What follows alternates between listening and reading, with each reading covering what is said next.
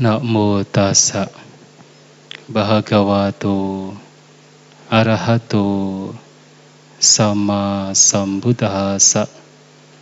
Namo tassa bhagavato arahato sama sambuddhassa. Namo tassa bhagavato arahato sama sambuddhassa. Aneka jati sangsarang sandawisang anibisang gahagarang kawisanto duka jati punapunang. Aku telah mengembara di berbagai alam kehidupan. Ku cari siapa pembuat rumah, tetapi tidak ditemukan. Sungguh, kelahiran berulang-ulang adalah penderitaan.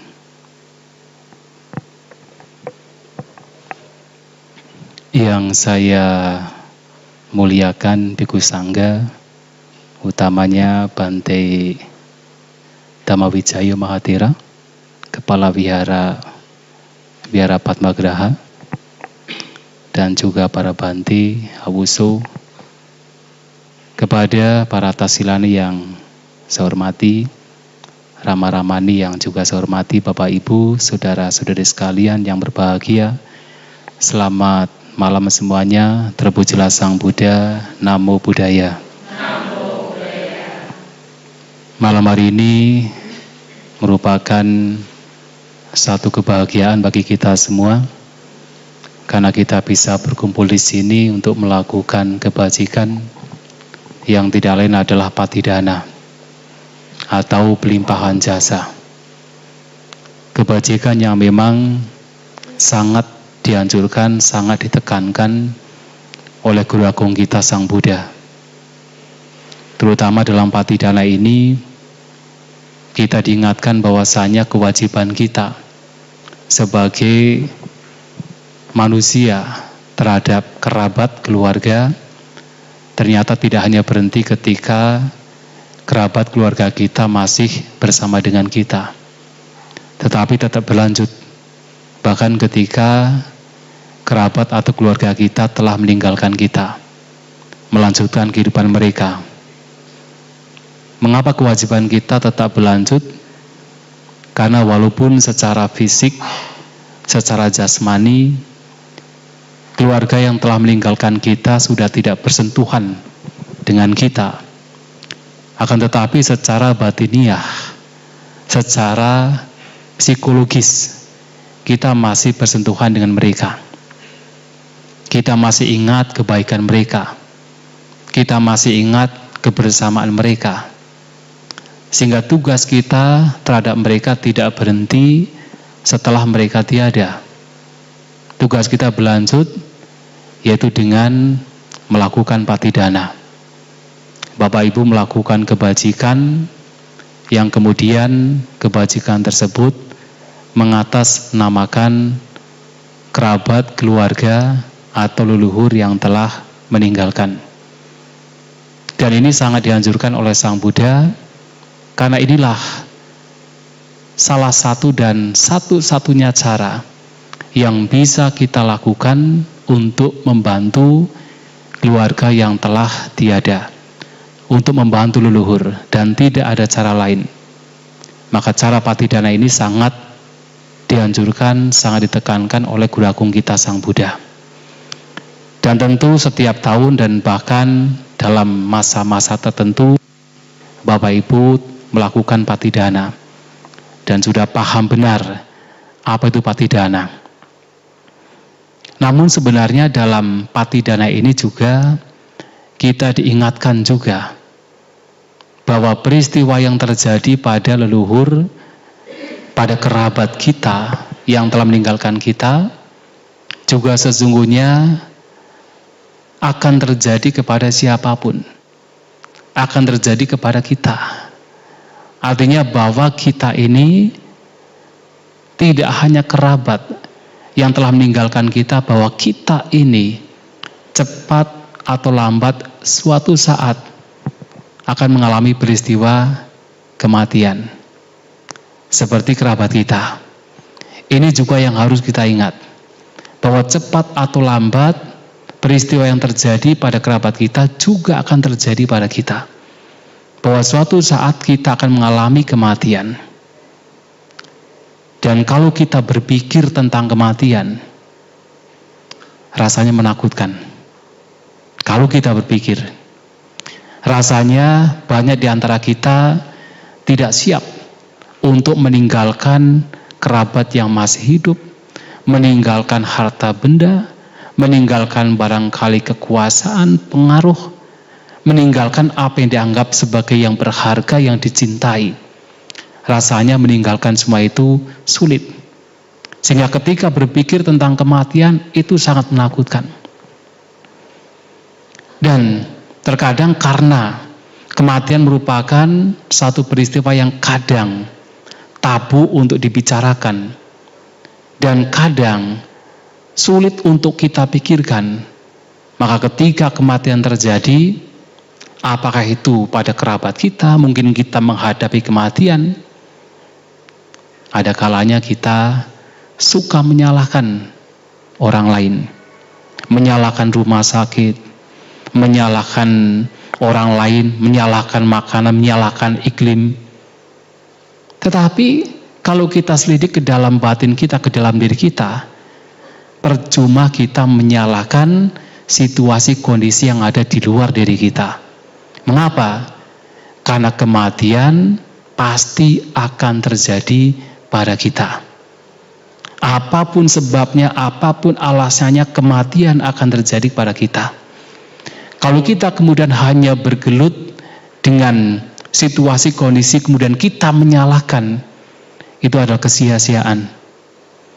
Maka alih-alih kita menyalahkan apa yang ada di luar diri kita, kita mencari sebab mengapa kita mengalami kematian. Yang tidak lain, sebabnya tidak lain adalah karena kita memiliki penyakit. Sehingga kalau kita harus menyalahkan mengapa kita harus mati, salahkan penyakit yang kita miliki.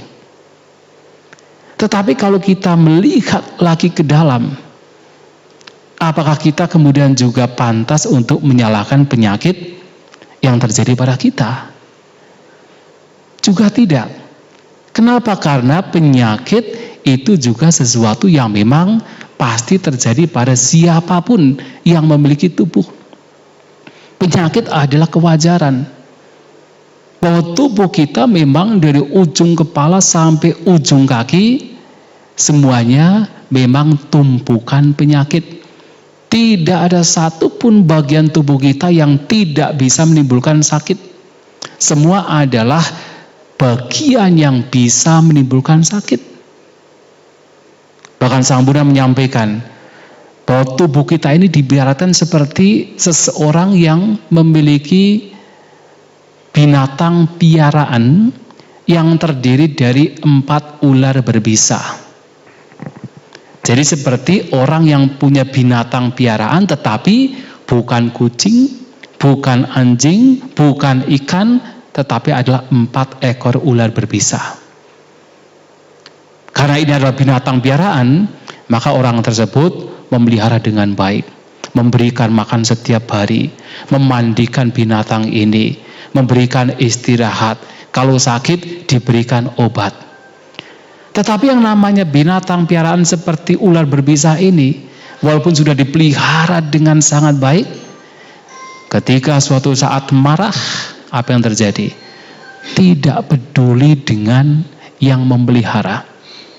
Akan mematuk, membawa sakit, bahkan kematian. Nah ternyata tubuh kita ini seperti apa? 4 ekor ular berbisa. Karena tubuh kita ini terdiri dari 4 unsur. Unsur tanah, unsur air, unsur api, dan unsur udara. Apapun yang padat adalah unsur tanah. Apapun yang mencair seperti darah kita, air seni kita, ludah kita, cairan dalam tubuh kita adalah unsur air. Temperatur tubuh kita yang dingin, yang panas adalah unsur panas. Kemudian nafas kita, udara dalam tubuh kita adalah unsur udara. Tubuh kita ini adalah 4 unsur. Yang mana tubuh kita ini dipelihara dengan baik. Nah, kita itu sebagai orangnya yang memelihara binatang peliharaan tubuh kita.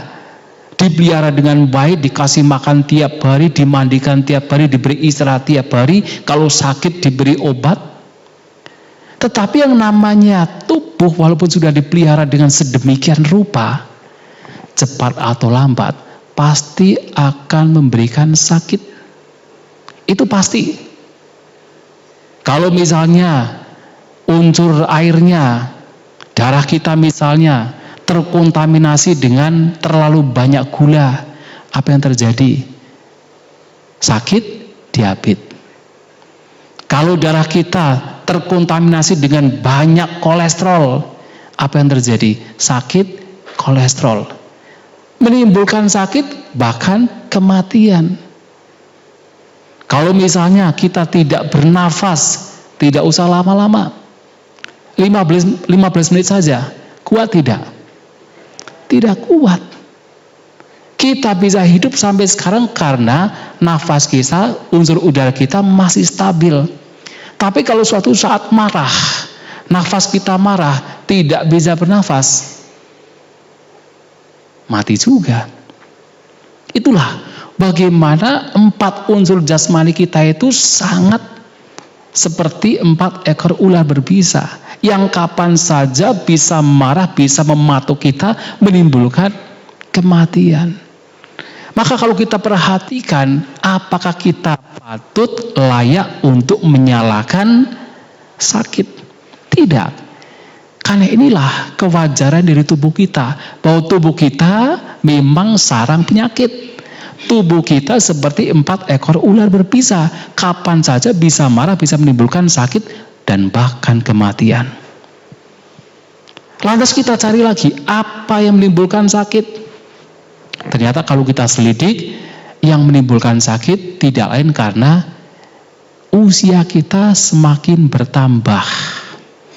Karena ada usia tua, maka sakit, berbagai macam penyakit muncul. Saat kita masih muda, mungkin jarang sakit. Sebelum umur 40-an, wah jarang sakit. Sepertinya kuat sekali, sehat sekali. Tapi coba, kalau sudah mulai 40 tahun ke atas, ketika masih muda, Bapak Ibu yang masih muda, atau yang sudah mengalami dulu pernah muda, pasti paham, ketika masih muda yang dipamerkan apa? Kekuatan. Yang dipamerkan adalah ketampanannya, kecantikannya, kekuatannya.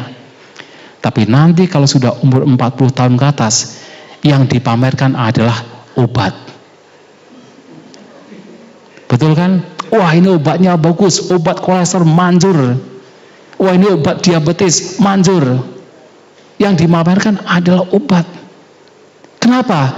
Karena begitu usia bertambah, berbagai macam penyakit itu muncul.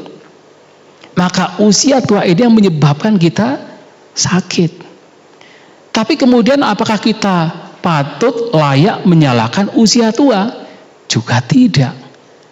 Karena sudah sewajarnya manusia itu akan terus mengalami penambahan usia. Dan ketika usia semakin bertambah, berbagai macam penyakit sewajarnya juga akan muncul. Dan karena usia tua ini adalah wajar, menyalahkan usia tua juga kesia-siaan. Percuma, tidak penting. Maka kita harus cari, apa sih yang menyebabkan kok ada usia tua? Ternyata usia tua ini disebabkan karena apa?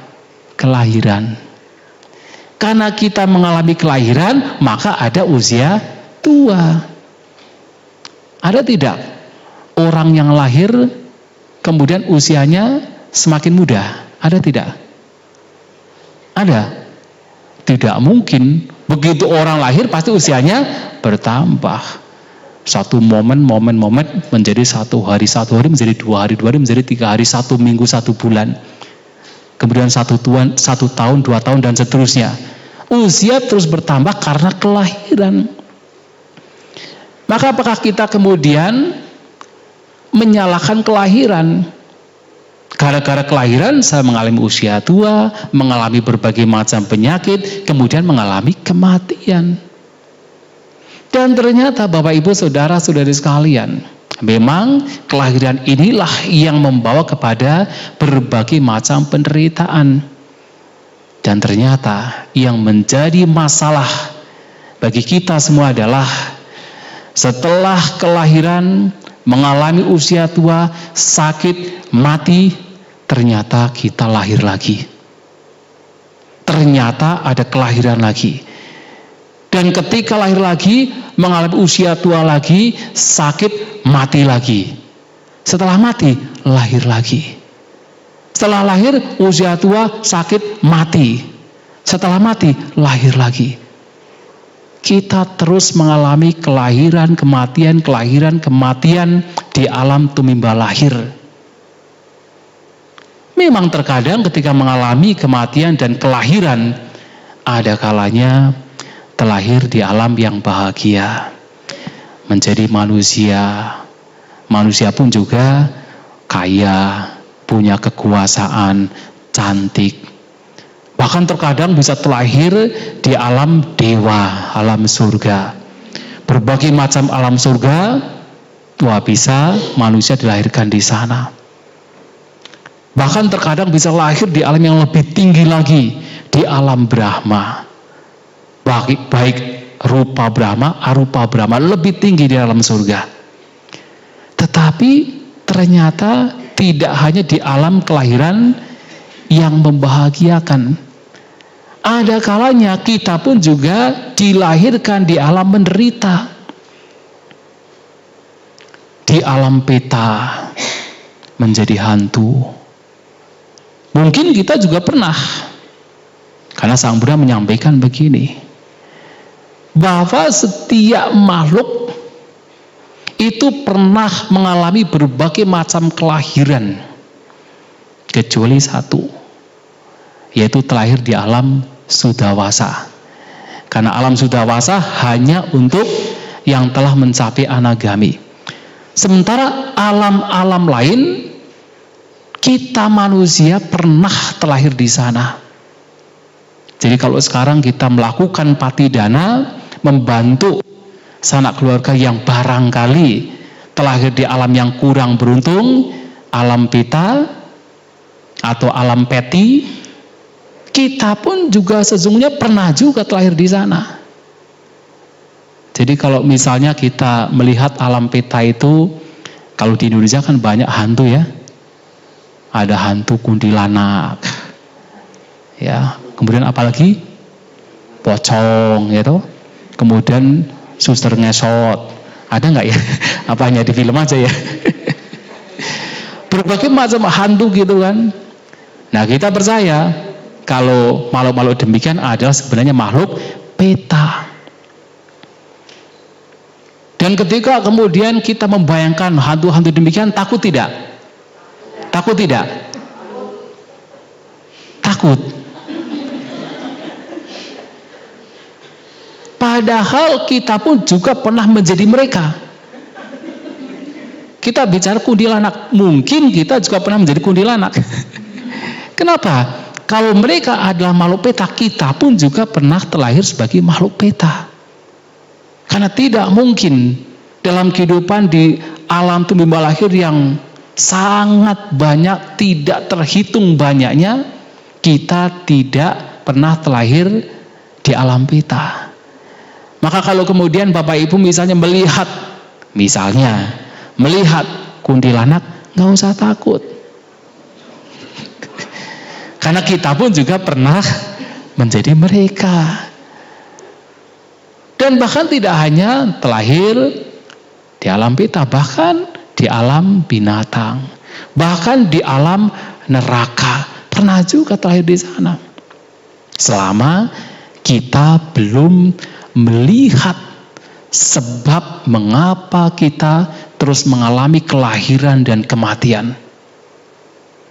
Itulah kemudian kenapa ajaran Sang Buddha mengajarkan kita untuk mencari apa yang menyebabkan sebab alasan kita terus mengalami kelahiran dan kematian. Karena kelahiran dan kematian yang kita alami ini sungguh merupakan duka. Tadi saya di depan menyampaikan satu syair yang sebenarnya diungkapkan oleh Sang Buddha. Tidak lama setelah beliau mencapai pencerahan, Sang Buddha mengumandangkan satu syair, sebenarnya ada beberapa syair. Yang pertama adalah beliau mengatakan bahwa beliau telah mengalami kelahiran di berbagai macam kelahiran, telah mengembara di alam sangsara seperti kita, mencoba mencari siapakah pembuat rumah, siapakah yang membuat keberadaan kita ini terus ada mengalami lahir mati, dan seperti tidak ada endingnya, tidak ada akhirnya, tetapi tidak ditemukan. Seperti sekarang kita tidak menemukan. Dan beliau melihat kelahiran yang berulang-ulang ini adalah penderitaan. Itulah kenapa ajaran Sang Buddha mengajarkan kita untuk mencari apa yang menyebabkan kita mengalami duka, mengalami penderitaan di alam tumimba lahir ini, di alam sangsara ini. Dan Sang Buddha telah menunjukkan kepada kita semua apa penyebabnya. Penyebabnya adalah karena kita memiliki avijja. Karena batin kita digelapkan, dibutakan oleh avijja, maka kita terus mengalami kelahiran, kematian, dan tidak ada akhirnya. Apa itu avijja? Avijja adalah ketidaktahuan. Karena ketidaktahuan inilah kita terus mengalami kelahiran dan kematian. Maka tugas kita sebagai orang yang meyakini ajaran Sang Buddha, yang memeluk ajaran Sang Buddha, yang berjuang untuk mengatasi kelahiran dan kematian, berjuang untuk mengatasi penderitaan, maka tugas kita adalah bagaimana kita melenyapkan avijja dengan cara memahami apa itu avijja. Apa itu avijja atau ketidaktahuan? Tidak lain adalah tidak tahu bahwa keberadaan kita ini adalah duka penderitaan. Tidak tahu bahwa ada sebab duka penderitaan. Tidak tahu bahwa ada kemungkinan untuk terbebas dari penderitaan. Dan tidak tahu ada jalan yang membawa pada padamnya penderitaan.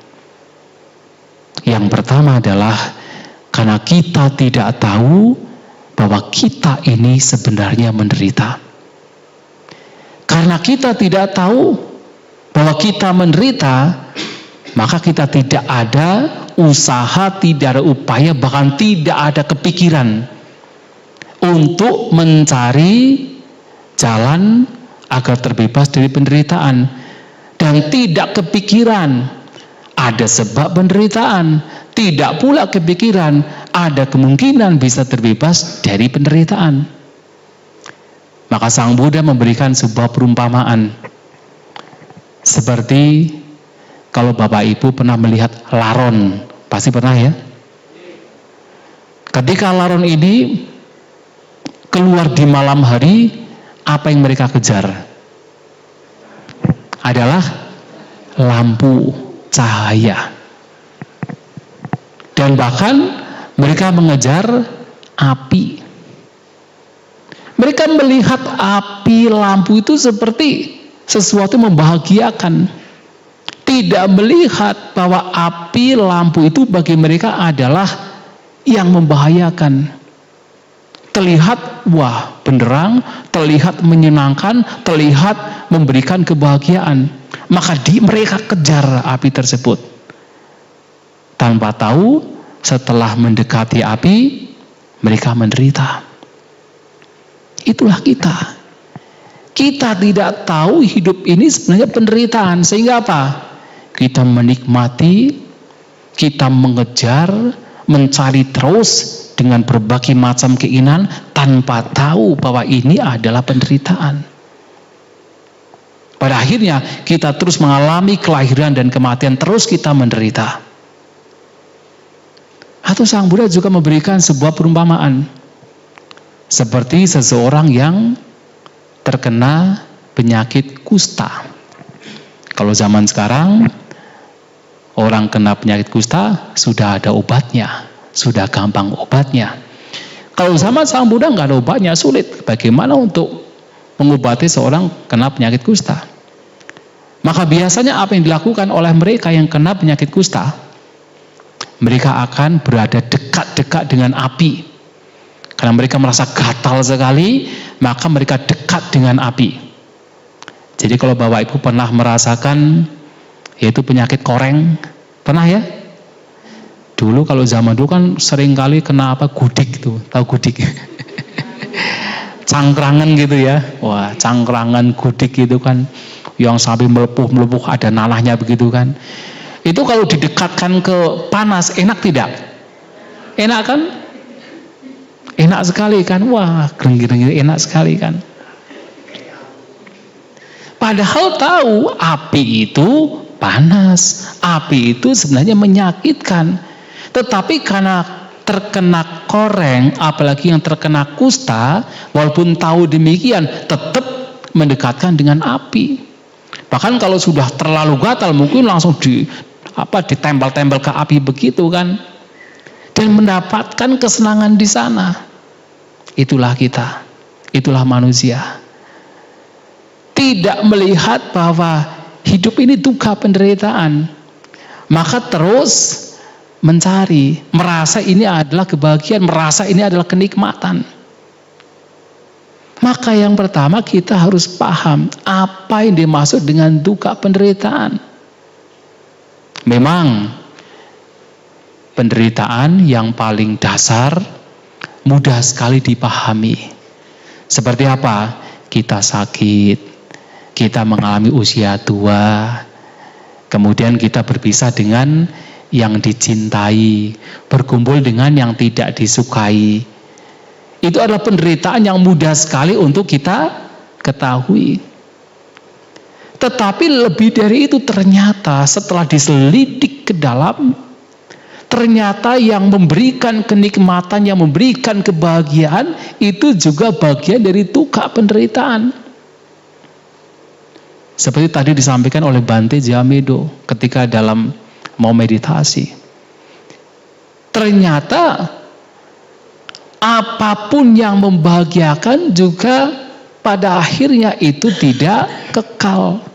Pada akhirnya pasti berubah, tidak bisa dipertahankan.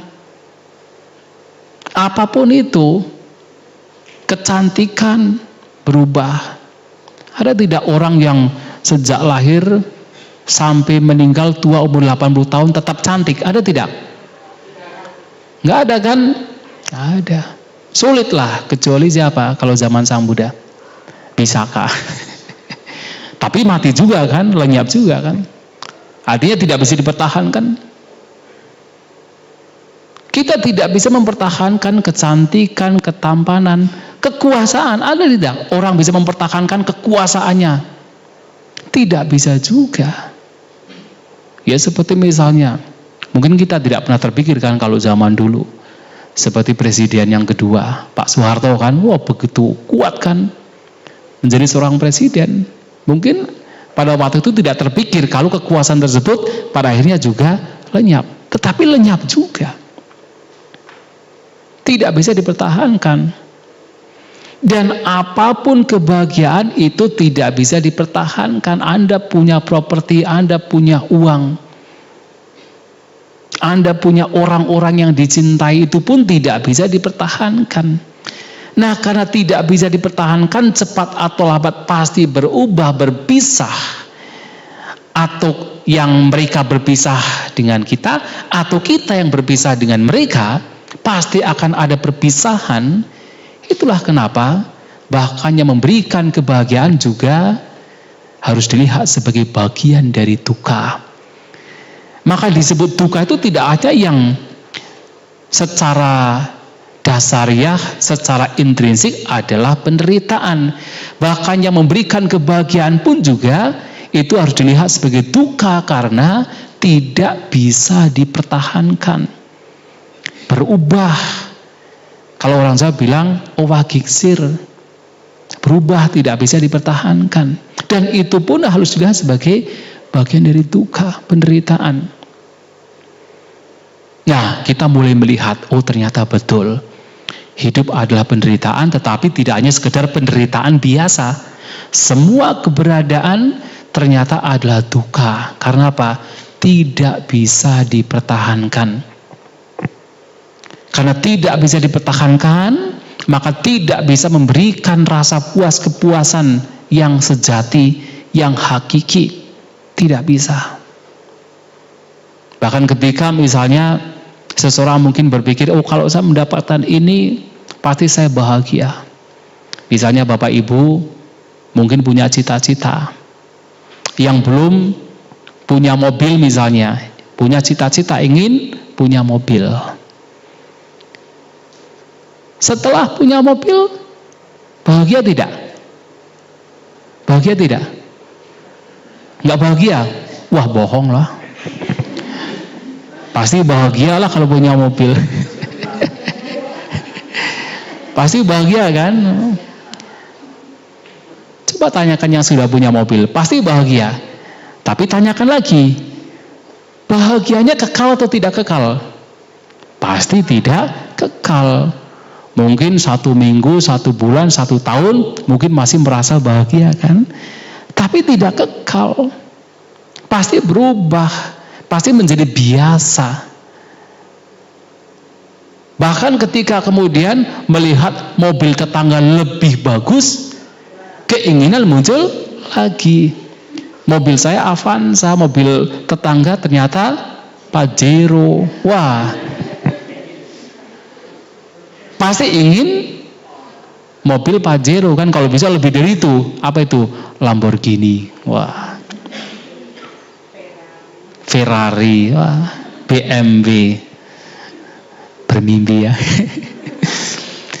Kalau mendapatkan mobil itu misalnya bahagia tidak? Pasti bahagia, tetapi lagi-lagi sementara. Tidak bisa dipertahankan. Itu baru berkenaan dengan mobil apapun. Punya uang juga sama, jangan pikir kalau orang punya uang sudah 10M, 20M pasti bahagia. Belum tentu.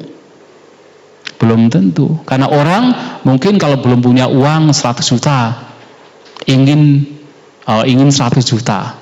Mungkin awalnya bahagia, tapi setelah itu pasti ingin nambah lagi kan? Nah ini sudah manduk-manduk, ya kan? Pasti ingin nambah lagi. Ingin 200 juta. Setelah dapat 200 juta, apakah kemudian berhenti keinginannya? Tidak. Kalau bisa 500 juta. Setelah 500 juta, apakah berhenti? Tidak juga, kalau bisa 1M. Apakah kemudian berhenti? Tidak juga, kalau bisa 2M. Tidak pernah memberikan kebahagiaan sejati. Walaupun mendapatkan uang ber-MM. Tidak bisa merasa puas. Tidak bisa mendapatkan kebahagiaan yang hakiki, kebahagiaan yang sejati. Dan itulah kenapa. Karena tidak memberikan kebahagiaan yang sebenarnya, yang betul-betul bisa dipertahankan, itulah kenapa kebahagiaan juga bagian dari duka penderitaan. Tetapi kemudian kita harus melihat juga, ternyata penderitaan ini pun ada sebabnya. Sebabnya apa? Sebabnya adalah karena nafsu keinginan yang tidak terkendali. Maka kalau diselidik lebih dalam lagi, ternyata yang menyebabkan duka penderitaan itu adalah karena keinginan kita. Seperti tadi kan, awalnya ingin uang 100 juta. Mungkin dengan berpikir kalau saya punya 100 juta pasti bahagia. Tapi ternyata tidak bahagia. Karena apa? Ada keinginan yang lain. Ingin 200 juta. Dengan pikiran kalau saya dapat 200 juta pasti bahagia. Tapi ternyata tidak bahagia. Kenapa? Karena ada keinginan yang lain. Ingin 500 juta. Kalau ada 500 juta pasti bahagia. Tapi nggak bahagia. Kenapa? Karena ada keinginan lain. Keinginan yang tidak bisa terkendali inilah yang membuat kita menderita. Dan kalau seseorang hidup hanya mengejar keinginan, Sang Buddha menyatakan unnoloko atito tanhadaso, bahwa kita manusia ini selalu merasa kurang. Unnoloko, tidak pernah merasa puas, atito. Dan pada akhirnya kalau kita hanya mengejar dan mengejar, didasari oleh nafsu keinginan, kita menjadi budak dari nafsu keinginan itu sendiri, tanhadaso. Dan penderitaan semakin bertambah. Itu karena nafsu keinginan. Yang menyebabkan kita menderita itu bukan karena kita memiliki sedikit, bukan. Bukan karena kita memiliki banyak, bukan. Tapi karena nafsu keinginan kita, itu membuat kita menderita. Maka saya pernah mendengar ada seseorang mewawancarai Ahok. Kita semua kenal Ahok ya. Orang itu mengatakan begini, lebih baik yang menjadi para pejabat itu adalah orang yang tidak punya kekayaan. Karena kalau tidak punya kekayaan, lebih baik, ya, jadi lebih baik yang menjadi pejabat itu adalah orang yang kaya raya. Karena kalau sudah kaya raya maka tidak ada korupsi. Untuk apa korupsi? Wong sudah kaya. Tapi Ahok mengatakan tidak. Yang membuat seseorang korupsi itu bukan masalah dia itu kaya atau miskin, tapi masalah pikirannya. Suatu biasanya kalau orang yang tidak punya uang atau uangnya belum banyak menjadi pejabat, batinnya tidak terkendali. Kalaupun dia korupsi, paling berkorupsi apa? Uang puluhan juta. Ya, bisa untuk beli motor begitu kan. Tapi justru kalau orang kaya, batinnya tidak terkendali, nggak mau dia korupsi uang 10 juta. Kalau bisa miliaran dikorupsi, lebih banyak lagi. Kenapa? Karena sudah biasa dengan uang 10 ratusan juta. Maka kalau korupsi lebih banyak lagi. Maka yang menjadi penyebab bukan masalah bendanya, bukan masalah kita memiliki sedikit, memiliki banyak, kemudian kita bahagia. Yang menjadi penyebab kita bahagia dan menderita adalah pikiran kita. Kalau pikiran kita tidak terkendali, hidup hanya dilandasi oleh nafsu keinginan yang tidak terkendali, itulah yang menjadi penyebab kita menderita. Orang yang memiliki sekadar cukup bisa bahagia kalau pikirannya terkendali. Orang yang memiliki banyak bisa menderita kalau pikirannya terus dikuasai oleh nafsu keinginan, tidak pernah merasa puas. Maka kita harus lihat, harus tahu bahwa yang menyebabkan kita menderita, kita terus mengalami kelahiran, kematian, kita menderita adalah karena nafsu keinginan. Nafsu keinginan ini adalah sumber. Kalau mobil bisa berjalan adalah karena bensin, maka kita terus mengalami keberlanjutan, lahir mati, terus mencari dan mencari, itu bensinnya adalah nafsu keinginan. Maka tugas kita adalah bagaimana supaya kita bahagia, kita damai, dan semakin damai pada akhirnya merealisasi kebebasan dari duka, dari penderitaan. Maka kita harus berusaha untuk melenyapkan nafsu keinginan sedikit demi sedikit. Dan inilah karena tidak tahu yang ketiga ini, tidak tahu bahwa ada kemungkinan untuk terbebas, kita terus menderita. Dan kemungkinan untuk terbebas akan terjadi kalau nafsu keinginan ini bisa sedikit demi sedikit dilenyapkan. Nah, maka tugas kita adalah bagaimana cara kita melenyapkan agar penyebab kita terus mengalami penderitaan dalam kelahiran dan kematian bisa lenyap. Bagaimana kita melenyapkan? Sang Buddha telah menunjukkan kepada kita semua jalan yang membawa kepada lenyapnya duka penderitaan, yang membawa kepada lenyapnya sebab penderitaan, jalan yang membawa kepada lenyapnya kelahiran dan kematian. Dan jalan ini tidak lain adalah jalan mulia berunsur 8. Kita berjuang untuk memahami, untuk mengerti dan mempraktikkan dalam kehidupan sehari-hari pandangan benar. Kita harus memiliki pandangan benar. Kita harus memiliki cara berpikir yang benar. Tentu cara berpikir yang benar ini terjadi kalau pandangan kita sudah lurus, pandangan kita sudah benar, maka cara berpikir juga menjadi benar.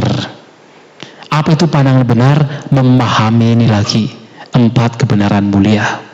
Itu adalah pandangan benar. Maka cara berpikir kita menjadi benar. Kalau pandangan kita lurus, cara berpikir kita lurus, maka ucapan kita juga menjadi benar. Perbuatan kita juga menjadi benar. Cara hidup kita, mata pencarian kita, penghidupan kita juga menjadi benar. Dan daya upaya kita juga menjadi benar. Kita mengupayakan dalam setiap momen, setiap saat untuk selalu membawa hal-hal yang baik dalam hidup kita dan untuk selalu melenyapkan hal-hal yang buruk dalam hidup kita. Kita selalu berupaya untuk membersihkan batin kita dari pikiran-pikiran buruk, karena itu yang membawa penderitaan. Dan kita terus membawa batin kita ke hal-hal yang baik. Karena itu yang nanti membawa kepada kebahagiaan yang sebenarnya, kedamaian sejati. Dan hiduplah berperhatian, berkesadaran, setiap momen sadar. Dan juga dengan demikian batin kita akan menjadi tenang. Kalau tadi Bante Dhammawijaya mengatakan 3 hal harus senantiasa ada dalam batin kita. Kesabaran, kesadaran, kebijaksanaan. Sang Buddha mengatakan dalam pengembangan batin 3 hal ini tidak bisa dipisahkan. Kebijaksanaan adalah pandangan benar kita, pandangan yang lurus. Kesabaran adalah daya upaya kita, sabar dalam setiap saat. Dan kesadaran adalah perhatian kita. Kita senantiasa sadar, hidup berperhatian, mengupayakan hal-hal yang baik untuk muncul, hal-hal yang buruk untuk lenyap melalui dasar kebijaksanaan. Karena kita tahu mana yang baik, mana yang tidak baik, mana yang bermanfaat, mana yang merugikan. Kalau 3 hal ini yang merupakan bagian dari jalan mulia berunsur 8, kita munculkan setiap saat, maka nanti lama-kelamaan kita akan semakin mendekat pada kebebasan, pada nibbana. Kelahiran dan kematian tidak akan terjadi lagi. Itulah Bapak Ibu saudara-saudari sekalian, wejangan Dhammadesana yang ingin saya sampaikan pada kesempatan malam hari ini. Semoga kita senantiasa berjalan dalam jalan Dhamma. Kita membawa diri kita untuk semakin dekat dengan kebebasan, dengan akhir dari segala duka penderitaan, akhir dari segala kelahiran dan kematian, dan semoga Tiratana selalu melindungi kita, sabi sata pawantus kita, semoga semua makhluk berbahagia.